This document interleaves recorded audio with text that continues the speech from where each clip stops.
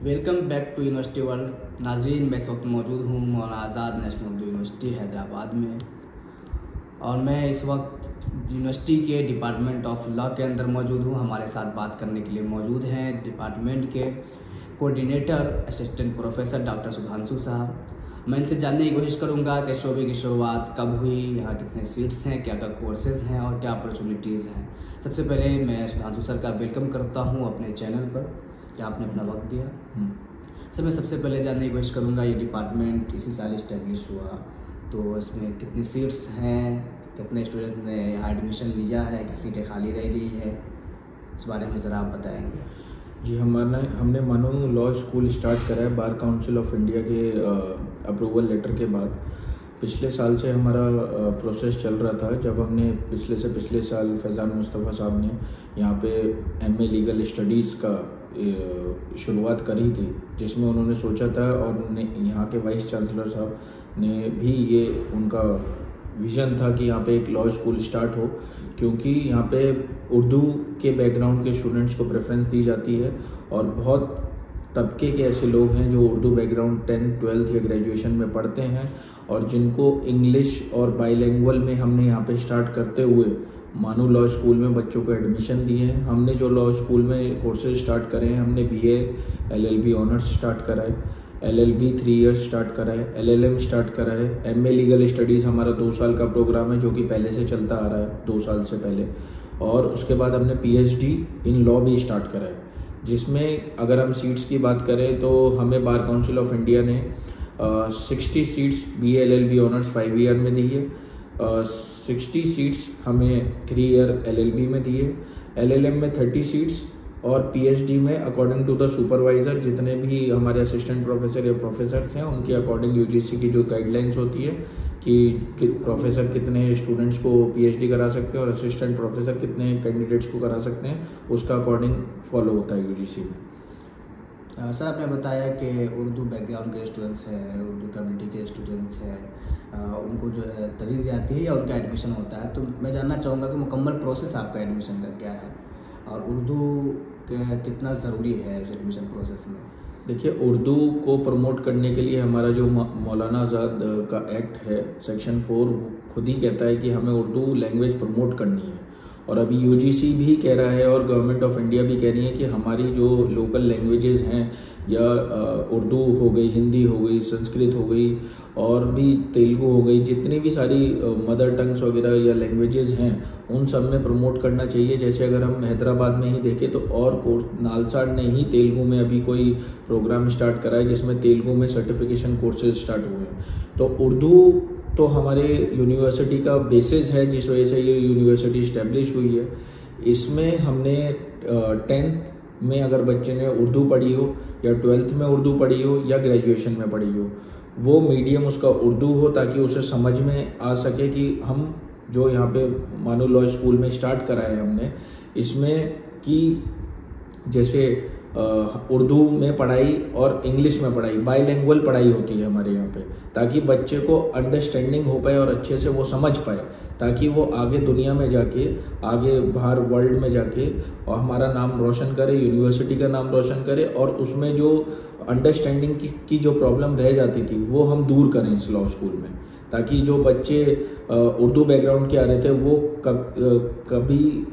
वंचित रह जाते थे कि जो ना उनको अच्छे लॉ स्कूल्स में एडमिशन नहीं मिल पाता था, उनकी इंग्लिश अंडरस्टैंडिंग में प्रॉब्लम थी, और इसी वजह से मद्देनज़र रखते हुए हमने बाईलिंगुअल में हमारे यहाँ पे पढ़ाई हो रही है, जिसमें कि हमारे यहाँ पे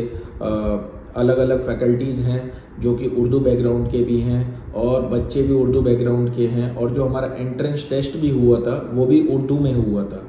ठीक है, उसमें हम यहाँ पे जो कोर्स बच्चों के एग्ज़ाम्स होते हैं वो उर्दू और इंग्लिश में बच्चे के पास चॉइस है, वो उर्दू में लिखना चाहे या वो इंग्लिश में लिखना चाहे। ऐसे पिछड़े हुए समाज के बहुत सारे स्टूडेंट्स ऐसे होते हैं जो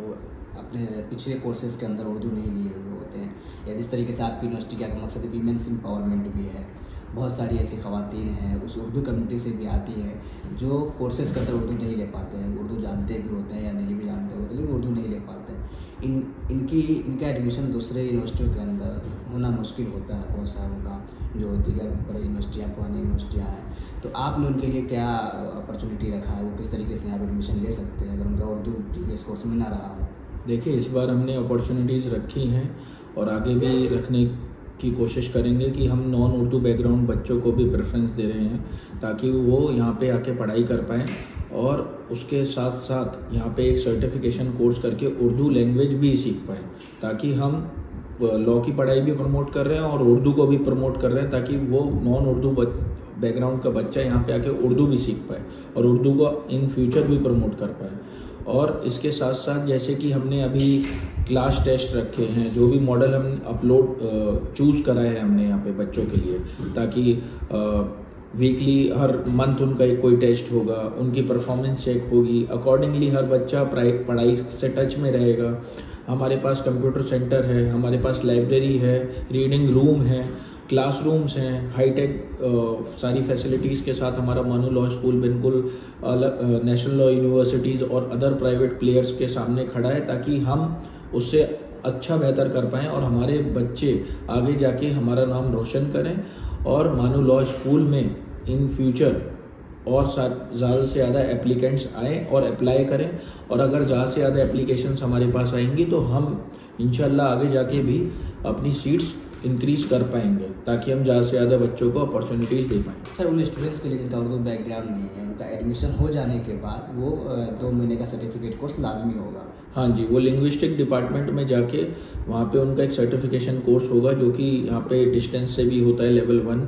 वो करके वो आगे अपना डिग्री ले सकते हैं। जब तक वो कोर्स क्लियर नहीं करेंगे या पास नहीं होते तब तक उन्हें डिग्री नहीं मिल पाएगी। तो इससे वो उर्दू भी सीखेंगे और लॉ की पढ़ाई भी करेंगे।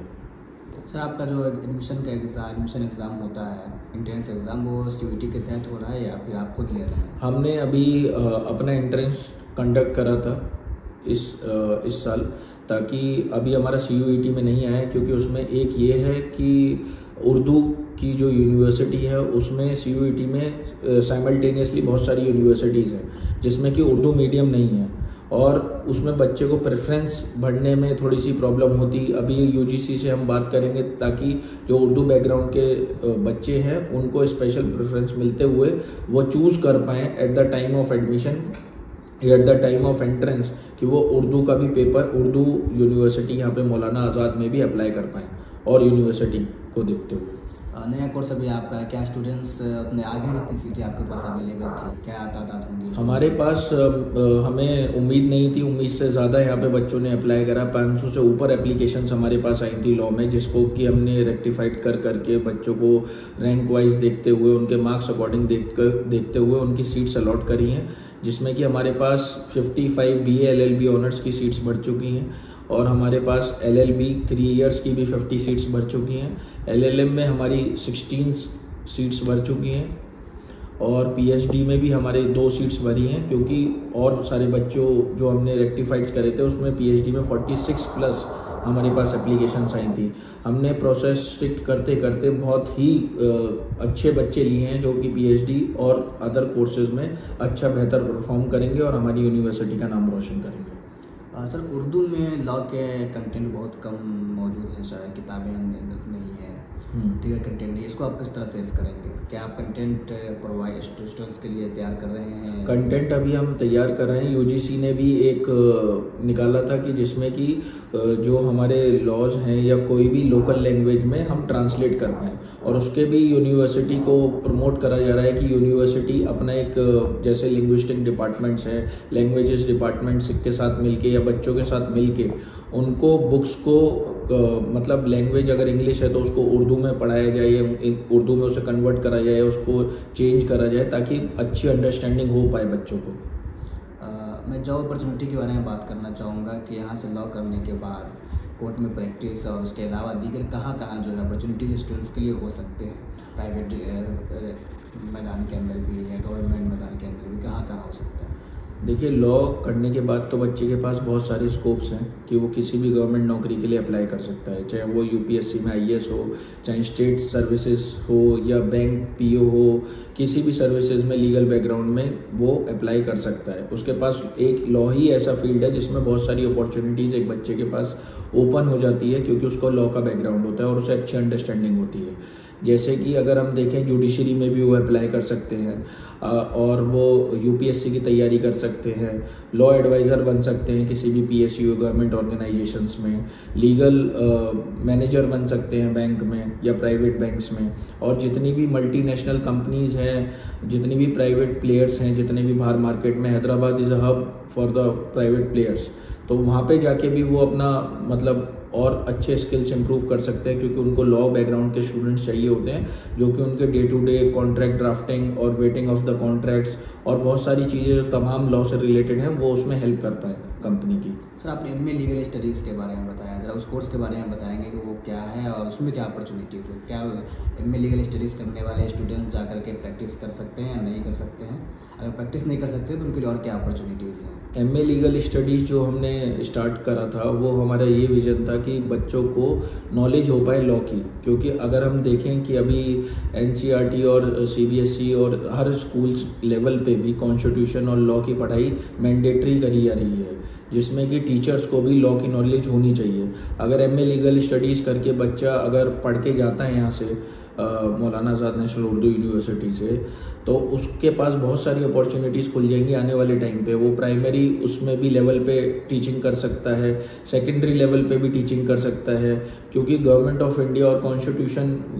को इम्प्लीमेंट करने के लिए उन्होंने स्कूल लेवल पे भी बच्चों को राइट्स पता हो, उनके फंडामेंटल राइट्स पता हो, उनको कानून पता हो, और जितने भी चाइल्ड रिलेटेड ऑफेंसेस आजकल होते हैं बच्चों को नॉलेज नहीं होती है, या वहाँ के स्कूल प्रशासन को कोई नॉलेज नहीं होती है उस बारे में, तो इस वजह से ऐसे टीचर्स रिक्रूट करेंगे ताकि इन फ्यूचर बहुत कम हमारे पास लीगल डिस्प्यूट्स हो पाएँ। आखिर में मैं जानना चाहूँगा कि आप स्टूडेंट्स हैं यहाँ पर आपके डिपार्टमेंट में पढ़ाई कर रहे हैं, उन्होंने एडमिशन लिया, उनको आप क्या मैसेज देना चाहेंगे? वो किस तरह की चीज़ों का मुताला करें, किस तरह की किताबें पढ़ें और किस तरह अपने आप को मजबूत बना करके यहाँ से लेकर जाए, अपने स्किल्स को डेवलप कर सकें? देखिए, सभी स्टूडेंट्स के लिए हमारा यही है कि हमने लॉ की लाइब्रेरी हमारी इस्टेब्लिश है according to the bar council of India की कोई भी लॉ स्कूल में एक लॉ लाइब्रेरी होना कंपलसरी है। उसमें हमने हर साल 10 लाख से ऊपर की बुक्स परचेज करने का